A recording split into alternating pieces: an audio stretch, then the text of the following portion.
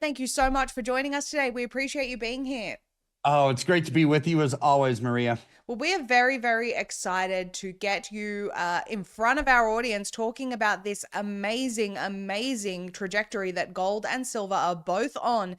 But I think a lot of people maybe don't understand the reasons, Dr. Elliott. So, talk to us about what's going on in the world right now that's Yeah. causing this. We have tariffs, we have uncertainty, global economic uncertainty. Talk to us about the big picture here. I want to correct what a lot of people, a lot of what media is saying that it's Trump's tariffs that are causing it. It happens to be coincidental, right? Tariffs happen to be happening at the same time.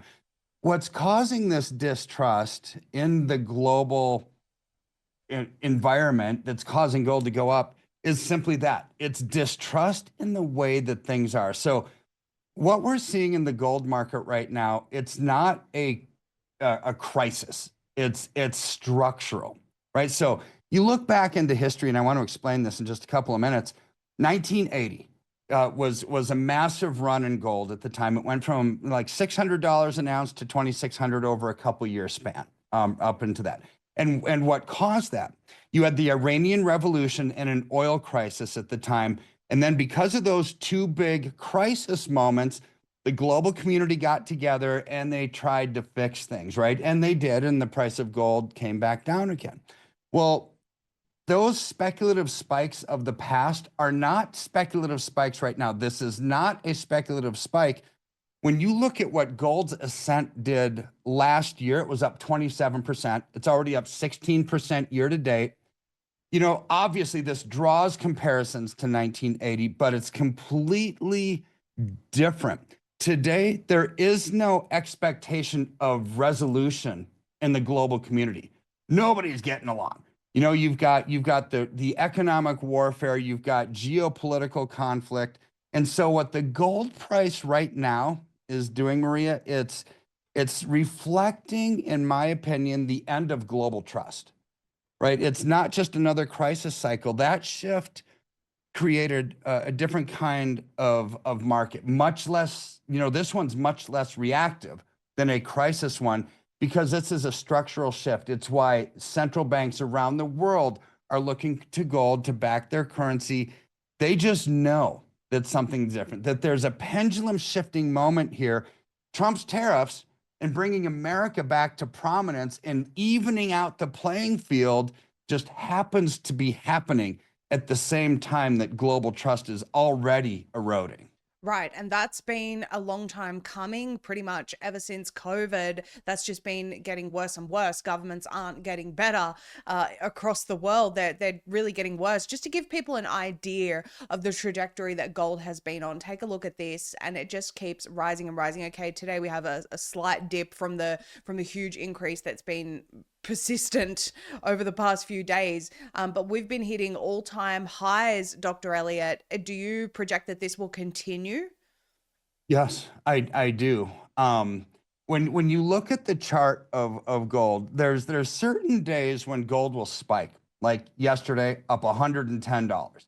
There was a day last week it went up $75. There was a day the week before. When does that happen? It happens overnight when China opens up its day of trading. So that tells me that China is allocating into gold like it's nobody's business. See, Trump's tariffs on China are very significant in hurting their economy, right? That this is the negotiating power of tariffs. And they keep retaliating. And most countries, like 75 of them, are saying, hey, Trump, we want to negotiate. We don't want these tariffs on our goods because we want to sell to the wealthy Americans. China's doubling down, tripling down, drawing a line in the sand, and they will lose. Why will they lose? Because if you think about it, how many Americans buy Chinese goods? All of us. Right. How many Chinese buy American goods? I don't know, maybe 4 or 6% of them, right? So when they say we're going to put tariffs on American goods, if I were Trump, I'd say, so what? It Yes. doesn't matter, right? And so what's happening to China is their currency is collapsing. They are pulling out of the yuan. They are pulling out of their currency, and Asians are going into gold like there's no tomorrow. And so this is why the global market for gold is essentially that. It's a global market. It's not an American market for gold. And you've got the rest of the world that's in turmoil. This is going to have legs, not because of a crisis.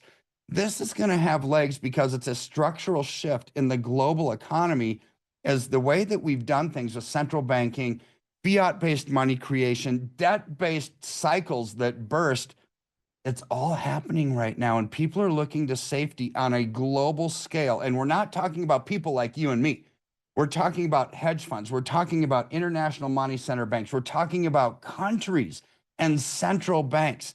This is a secular bull market that I think is going to last for a while. So, yes, gold is going to continue to go up. What's interesting about that is why don't I promote gold very much? Because silver's doing better, right? So, Explain so that. silver, because of its industrial demand and the need for it, is just performing better over time than gold has been. So safety is safety is safety. And when you can couple safety with growth, it's an amazing opportunity to take advantage of. So you foresee that this trajectory is going to continue for people that are watching this broadcast that haven't seen our previous interviews. You've been right time and time and time again, especially when you told us about silver and you said it's going to shoot up. Why? Because there's a huge demand for it. They need it for batteries. They need it for robotics. That industry is not going anywhere, much to my disappointment, but it's not going anywhere. And so we see this is going to continue, but the returns on silver you're saying are fantastic. They're fantastic. And when you look at there's a technical thing that I look at on the COMEX depositories, the amount of physical that's leaving, right? The amount of people that are taking physical delivery, the premiums on that number are starting to expand. That tells us that people are wanting physical delivery. They're not speculators. These are not speculative investors. These are people that need it to either pinch the banks and short squeeze the banks out of profits, or people that need it for manufacturing, like the Samsungs of the world and the Lockheed Martins and the Boeings and everybody else, right? So when you actually couple what Trump is doing with tariffs, the reemergence of a new financial order globally, plus simple supply and demand issues. There is very little supply of silver, and it's diminishing rapidly. We get to take advantage of that rather than that trend taking advantage of us. So we allocate into that strength because with it comes growth and safety at the same time. And that's a rare combination to have. Yeah, absolutely. I am personally very grateful that I heeded the warning very early on when it came to gold and silver, but it's never too late. So just talk to people very briefly, Dr. Elliott, what they need to do to get in contact with you. We've got an online link for everyone. You can visit kepm.com/pulse. Just fill out your details. One of Dr. Elliott's team members will be in touch with you. You can also give them a call on 720-605-3900. Just speak briefly on IRAs and also just the whole process, Dr. Yeah. Elliott. So when I'm talking about gold and silver, I'm not talking about paper. It's not an ETF. It's not a mining share. It's not a certificate. We're talking about physical gold and silver that somebody needs to take delivery of. Either you take delivery at home, you set up a depository storage account like a big ultra safe vault in Texas that we use, or through your IRA. So you can own physical metals in your IRA, whether you have an old 401k, an old 403b that you're rolling over into an IRA, you have an inherited, a simple, a SEP, a traditional, a Roth. All of those can own physical metals in them so you can take advantage of this market. And most people didn't know that you could do that, right? But we use a custodian that allows for physical holdings of metals in your IRA. And I would call us because when you've got banks that are undercapitalized, when you've got the world that's in upheaval, the stock market's coming down because of all the tariffs and all these stories and all the narrative. It's like, man, you can grow and thrive and have good sleep at night knowing that you've done everything you can do. So just call our office, let them know that you sent us, go to that link. And the process is one of my schedulers will set you up with one of our consultants to hear your dreams, your passions, your goals, your concerns, and we'll map out a strategy for success using precious metals to hedge you against all the paper assets and a lot of the decline we're seeing in the world today. Well, it's such an important strategy, so I really hope people consider it. Again, that number is 720-605-3900, or you can visit kepm.com/pulse. If you give them a call, let them know you're a Daily Pulse viewer, and they will look after you. Dr. Kirk Elliott, thank you so much. We're going to do regular economic updates with you, keep people abreast of what's going on, because it's crazy out there. It's crazy out there, but we're glad that we have you to bring some sanity into the world. Thank you, Dr. Elliott. It's my pleasure.